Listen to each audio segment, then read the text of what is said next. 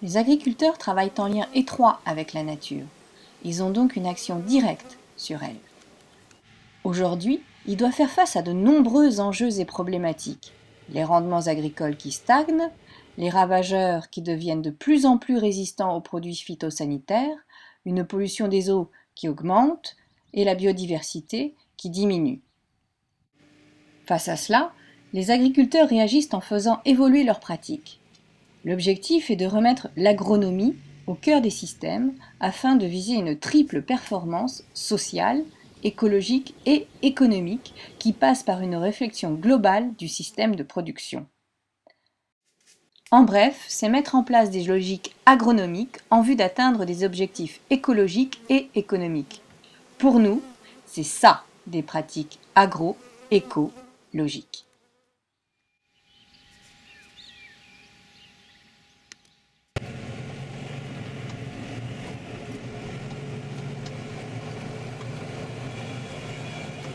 Stéphane Jacquier, je suis agriculteur à Gilonnet. J'exploite depuis 2009, donc c'est dans le cadre d'une reprise familiale. J'ai repris l'exploitation de mon père, donc sur 85 hectares. Et je cultive essentiellement maïs, blé, orge, colza, maïs semence et du tabac depuis 7 ans. Mon père pratique essentiellement tout en labour. Et à mon installation, j'ai décidé de travailler en TCS, donc en technique culturelle simplifiée. L'intérêt du travail simplifié, c'est d'éviter de déstabiliser le sol en profondeur et de laisser une vie plus régulière dans le sol. Avec le TCS, les sols sont moins soufflés, donc on a moins de risque d'érosion lors des fortes pluies automnales.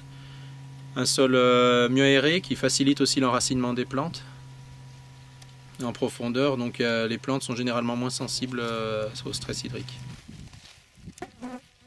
Les collègues regardaient ma façon de travailler de façon un peu curieuse. Ils surveillaient l'implantation et l'élevée, et après, surtout au niveau des rendements, ils cherchaient un peu à comparer. Ils n'ont pas vu, il n'y avait pas spécialement de grosses différences.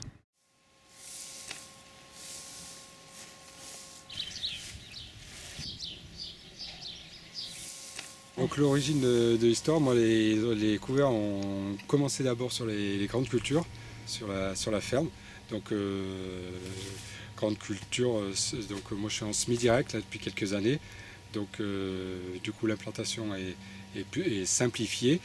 Et à la suite donc l'acquisition de semoirs de semi-direct, j'ai eu l'idée de semer des couverts sous noyer. Toujours dans l'esprit de répondre un peu à une amélioration de la partie agronomique des sols. J'ai testé différents couverts en première année, j'ai vu que les couverts à base de légumineuses fonctionnaient mieux pour l'hiver, avec un démarrage plus précoce au printemps. Donc elles avaient toujours une longueur d'avance sur le gazon naturel, et elles produisent d'une manière générale plus de biomasse. Donc tout bénéf pour le sol et les arbres.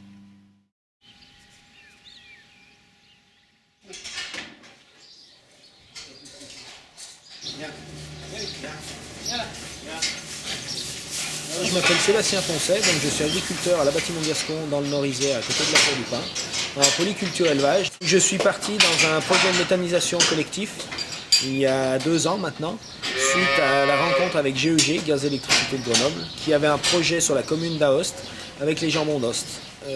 Ils recherchaient des agriculteurs pour fournir le fumier, le lisier, pour faire tourner l'unité de méthanisation, et des terrains pour écarter le digestat dessus. Alors la méthanisation, le but c'est de produire du gaz grâce au fumier et au lisier. Donc on récupère le méthane du fumier et du lisier pour faire tourner une génératrice. Enfin là le projet sera de faire tourner une génératrice pour revendre l'électricité sur le réseau à EDF et vendre la chaleur au jambon d'Aoste pour faire tourner les séchoirs à jambon. En automne 2014, on a créé l'association Aoste Métaterre qui regroupe une 40aine d'agriculteurs. Le but donc dont je suis président, le but de cette association est de faire valoir nos intérêts auprès de GEG, qui l'a bien compris aujourd'hui, puisqu'on travaille ensemble pour tout le montage du projet, ce qui est récupération des fumiers, des lisiers, épandage du digestat. Les agriculteurs trouvent leur compte dans les capacités de stockage. puisque si on évacue du fumier régulièrement des exploitations, on gagnera en capacité de stockage sur les exploitations. Donc pour de mise aux normes à refaire avec les nouvelles directives nitrates et les normes qui évoluent.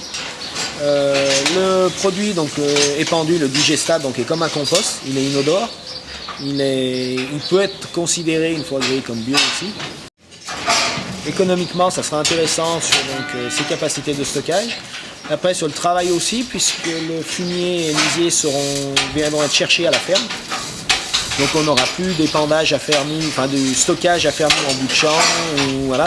Ça sera tout fait pour ramener à l'unité de méthanisation. Et l'unité de méthanisation nous ramènera le digestat dans nos parcelles. Donc on n'aura plus que l'épandage à faire.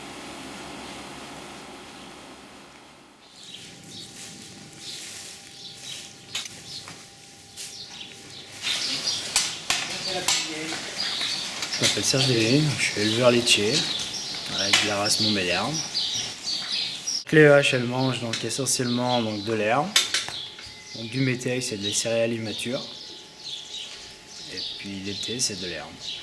Le maïs, je l'ai arrêté parce que pour moi ça me semblait ça coûtait cher, après ça demandait beaucoup de main d'œuvre. Après le maïs en silage, j'en avais pas toute l'année. J'ai dit faut que je change de système.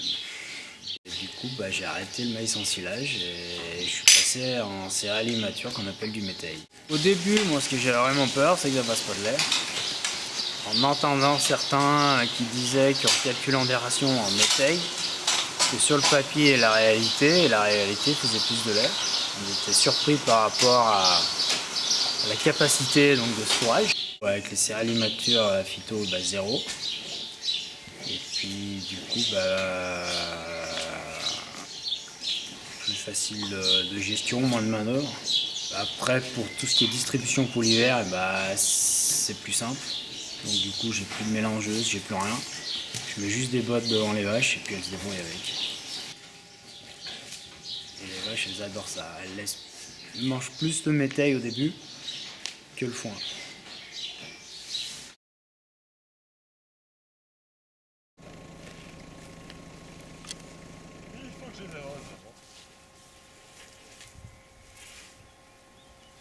Jean Leroy-Bon, agriculteur, co-gérant de l'ERL La Ferme du Mai avec ma compagne, avec une production arboricole et maraîchage en agriculture biologique.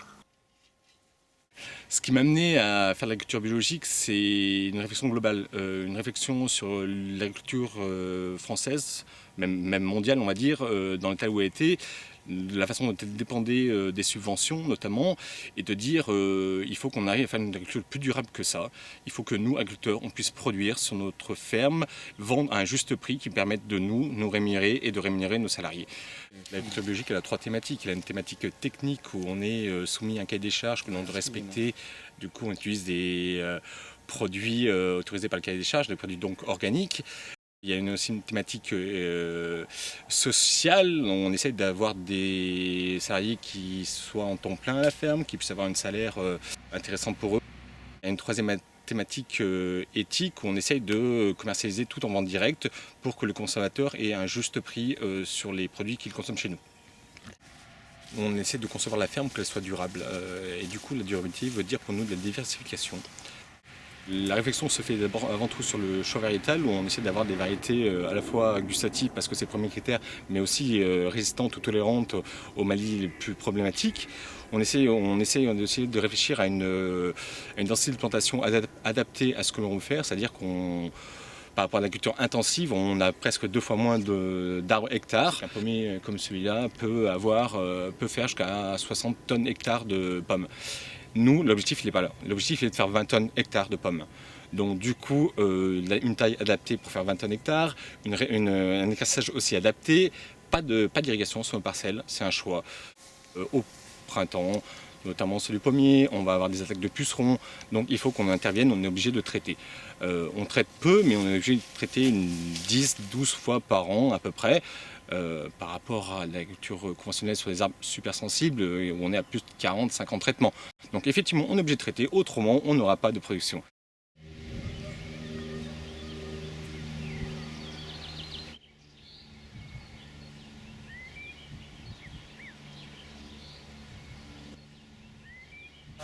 D'abord, au niveau personnel, c'est d'abord un changement personnel. C'est-à-dire que l'arrivée des enfants, une femme souvent elle se pose des questions sur ce qu'elle devrait manger, hein, c'est la base. Et lié à ça, vu qu'on est dans le métier d'agriculteur, qu'est-ce que je produis, où ça va, et pourquoi ça va dans ce genre de réseau, et pourquoi j'en vis mal, très mal, et pourquoi le consommateur il a un produit qui n'est pas toujours satisfaisant au bout, et je ne m'y retrouve pas dans tout ça. Et puis il y a la question de ce que la santé des agriculteurs, les pesticides, les engrais, pour faire simple, c'est le premier touché par l'utilisation de ces produits. C'est-à-dire que l'agriculteur il est la première victime du système qui a été mis en place dans l'après-guerre. Il n'est pas responsable, il est d'abord victime.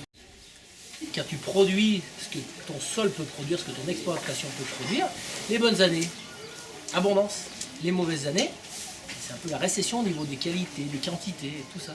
Et évidemment qu'à ce niveau-là, quand tu te resitues dans ton système à toi, tu l'adaptes pour justement être beaucoup moins tributaire de ces problèmes, tu reprends la main sur le système. Au début, tu es critiqué, tu dis « Oh, c'est pas bien ce que tu fais, tu mets plus rien, oh, c'est pas bien ». Et il y a un moment où toi, quand tu sens que tu reprends la main, parce que c'est eux, après, ils sont dans le même système que toi, mais c'est dans l'autre sens. C'est-à-dire c'est toi tu les tiens, quoi. Mais comme tu veux plus mettre ce qu'ils veulent te vendre, parce que même si c'est des produits qui sont homologués en bio ou tout ça, mais que toi, tu veux être autonome au niveau de tout ce que tu as à faire, l'alimentation, les cultures, les animaux, tout ça, là, tu reprends la main. Et là, tu reprends vraiment la main sur ce que tu es, enfin, sur ce que tu fais. C'est vraiment ça, j'y crois. J'ai de l'utopie, j'y crois.